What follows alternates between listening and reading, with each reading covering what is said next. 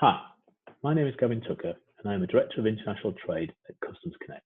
Over the next few minutes, I'm going to talk about some of the practicalities and the key issues that need to be addressed as the UK rapidly moves towards the end of the transition period and leaves the EU on the 31st of December 2020. But before we get into the detail, let's take a step back and consider what an import is. We're speaking to numerous businesses that are all at different levels of readiness with regards to Brexit. Some have been importing and exporting for years and are very familiar with what is required. However, some consider a movement of goods between two EU member states as an import and therefore think of themselves as being ready for Brexit. This couldn't be further from the truth. As I discussed in my session VAT and the impact of Brexit, a movement of goods between two EU member states is just that, a movement of goods. That is to say that they are free to move unencumbered from paperwork, and more significantly, no import duties are payable when they cross each EU border.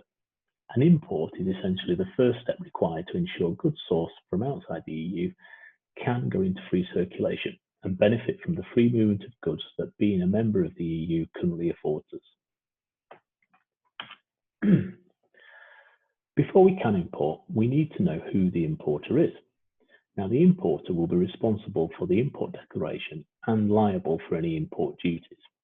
Now, this can be the supplier or the customer, but it usually will be defined by the commercial arrangements agreed between the two.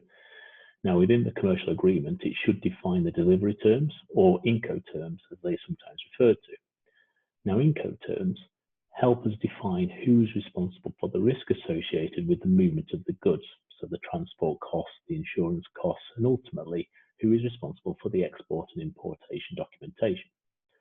Now, my colleague, Alexander Turner, has recorded a session that goes into much more detail about the various terms that can be used, but typically we see three key areas. Ex works. Now, this would typically infer that it's the customer who's responsible for both the export and the import. And then we have delivered at place. Now here, the supplier would be responsible for the export, but the customer would be responsible for the importation. And then we have delivered duty paid. Now in this instance, the supplier would be responsible for both the export and the import requirements.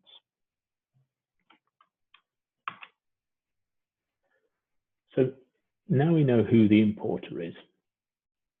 They need an economic operator's registration identification, an EORI number.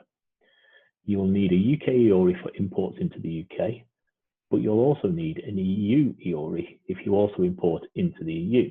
A current UK one will no longer be valid in the EU on the 1st of January, and conversely, a current EU EORI will not be valid in the UK.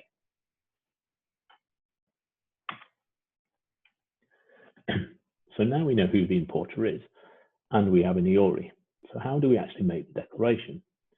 Now, to do this, you need a system that is set up to communicate the relevant information to the tax authority's import system. Now, in the UK, the system is known as Chief, or there is a new system that is coming online known as the Customs Declaration Service. Now, to communicate this information, you would typically use an import agent, and that's because they already have the IT infrastructure required to make the relevant communications. Now, actually instructing an import agent is key at this stage. They are in high demand and some are starting to turn away new customers. There is a cost to negotiate, and you'll also need to understand the information that they will require from you in order to make the declaration on your behalf. In very simple terms, they will need to understand and know what type of goods are being imported, the commodity code associated with those goods, and obviously the value of those goods. Now, the commodity code is extremely important as this defines the duty liabilities that will apply. If you haven't already undertaken a classification exercise to determine the correct commodity code for your products, we would advise that you do this as soon as possible.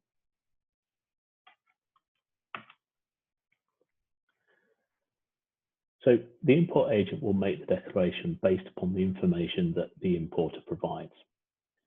Now, usually when they do this, they will be acting as a direct representative. Now, this means that if the information is incorrect, they will not take any responsibility. The tax authorities will always go after the declared importer in the first instance for any undeclared duties or penalties. So you should not rely upon the agent to guess or estimate the information required to declare your goods. It's equally important to make sure that you review the import data to capture and correct any errors in a timely fashion.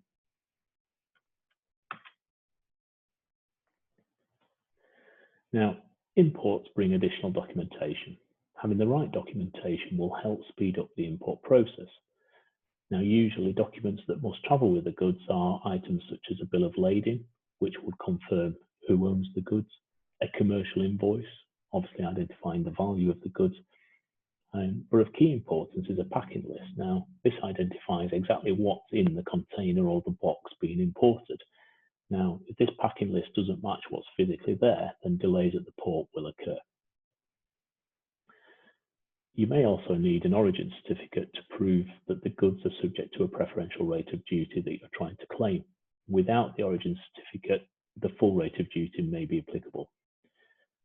Also, you may need an import or an export license for certain goods that are deemed dangerous or such items as food, plants, and drugs.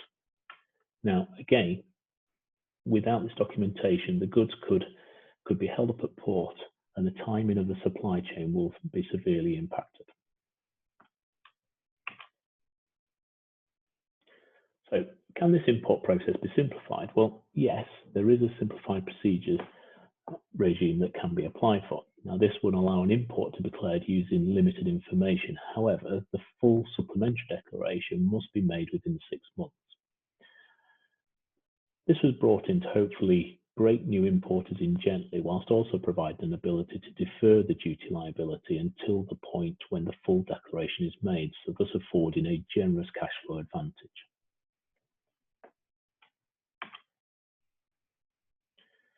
We spoke a lot about the extra costs that imports can bring, but can these be mitigated?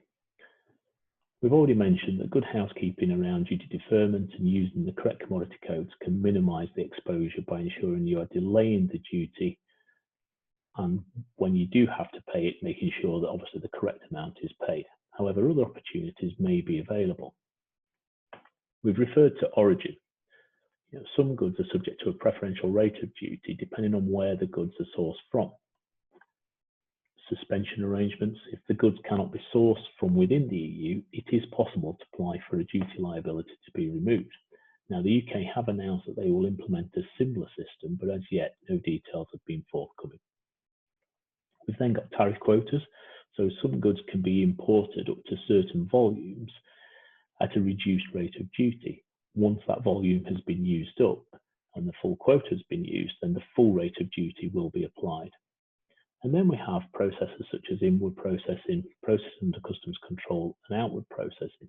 Now, these are all specific authorizations that can be applied for that ultimately suspend the duty on import until it is known what use the goods have been put to. So, for example, if the finished goods are ultimately re-exported, a duty saving could be achieved on the duty incurred on the initial import.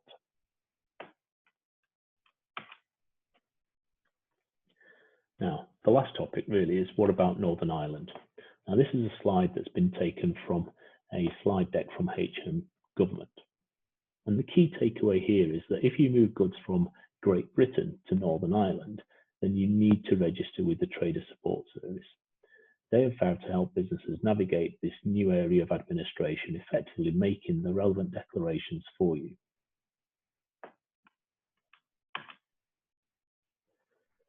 This new system will process the movement of goods between Great Britain and Northern Ireland. However, you do need to be aware that any goods that are deemed to be at risk of moving into the EU via the Republic of Ireland will be subject to duty liabilities. However, if those goods ultimately do stay within Northern Ireland or come back to Great Britain, then a potential refund will be given.